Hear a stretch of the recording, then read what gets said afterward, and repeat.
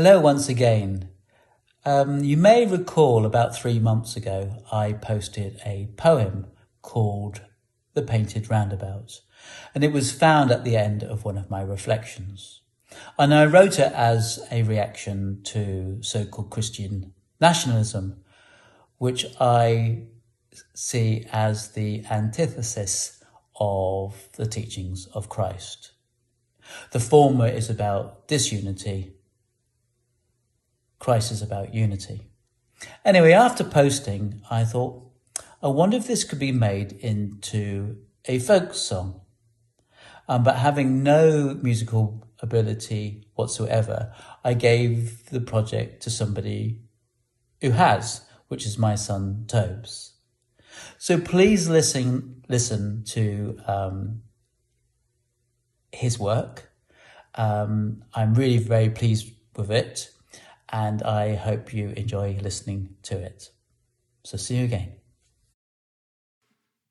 The road is painted with misplaced pride. Christ's emblem misused and stripped of grace. The rabble dims the world's light, causing divide. They stop the flow of peace, unmasking the evil order of race. Ask yourself,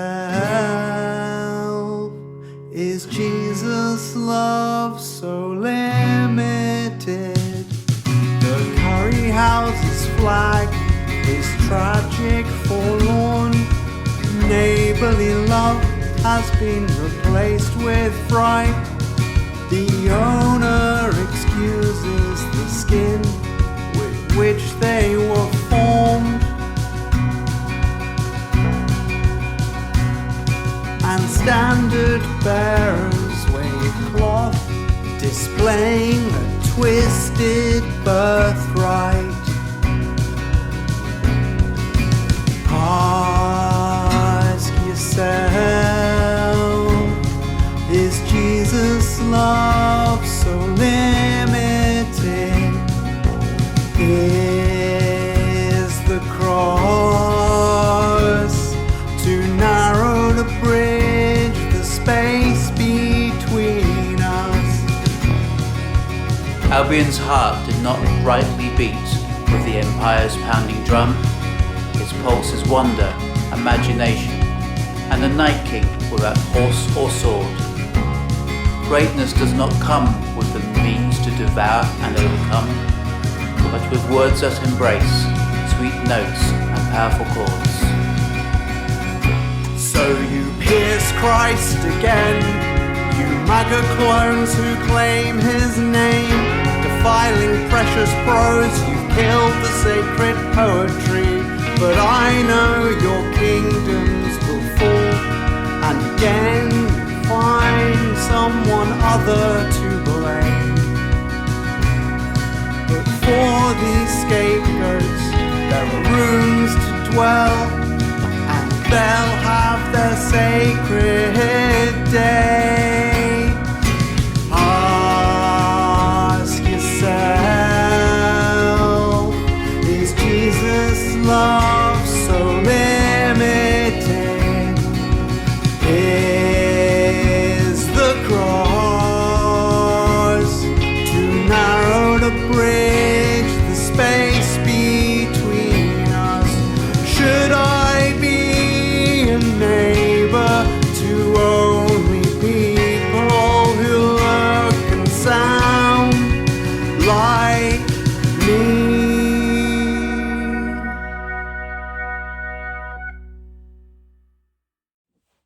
Hello, Out of the Pew viewers. My name is Toby. For those of you who don't know me, I'm Phil Sum. And behind me on this screen, just here, is the session for the song you've just heard. I could talk for a long time about how this project came to be, where it started, how it evolved, but I'll try and be as succinct as I can. When Dad first approached me to turn the first poem he shared with us into a song, I was reticent. In my head, a poem's a poem, a song is a song, and the metre of a poem might not work well if you try and make it into a song and vice versa. But we went back and forth a bit, narrowed down on a brief, and Dad made it clear that I could change some of the words to better convey a musical idea or scan better or whatever I needed. And then I was on board. And that was really the first of 3 main challenges I had with this project, was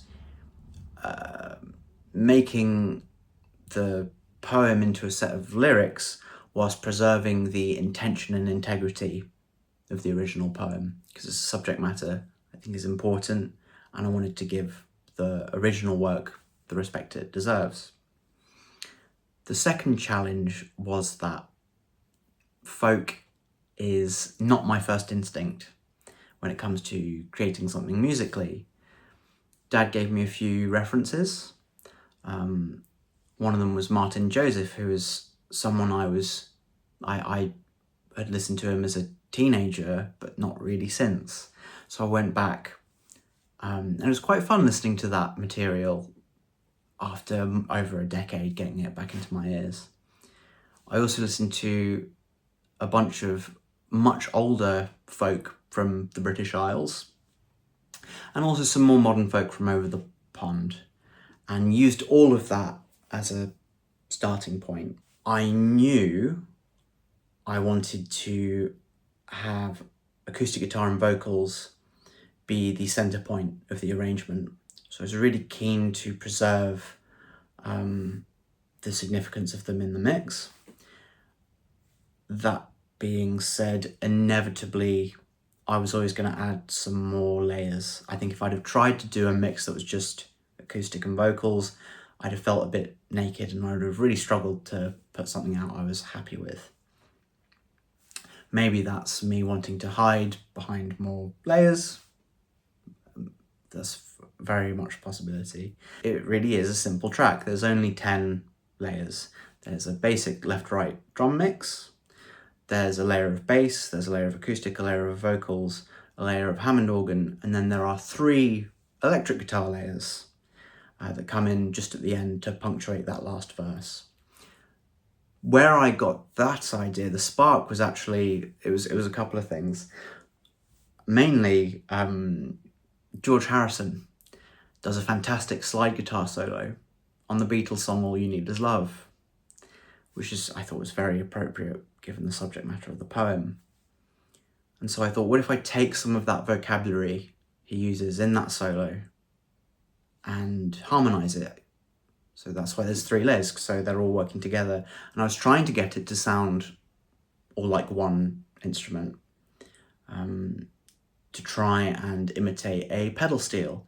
A pedal steel is a fantastic instrument. It's this big console-looking thing with pedals, as the name implies, that change the pitch of various strings, and you get this very smooth sound. It's used a lot in country and western, more modern American folk and Americana. And so yeah, I took those 2 reference points and tried to meld them together. The final challenge is that I am not, nor will I ever be, a naturally talented vocalist. I can pitch a note well enough to convey an idea to a skilled singer, but it was my biggest sticking point getting through this project. And then I went and had a listen to all the reference material again, and I realised how rough a lot of the vocal takes were. But the weight of the song and the weight of the lyrics is there because of how rough and approachable the delivery is, the vocal delivery, not in spite of it. So I very quickly got over it. I could say a lot more about how this came to be. I could really nerd out on all the equipment I used, but I won't, because that's not the point of this channel. I had a lot of fun making this when all was said and done. I hope you've enjoyed listening to it. Who knows, I might appear on this channel again at some point in the future. You take care.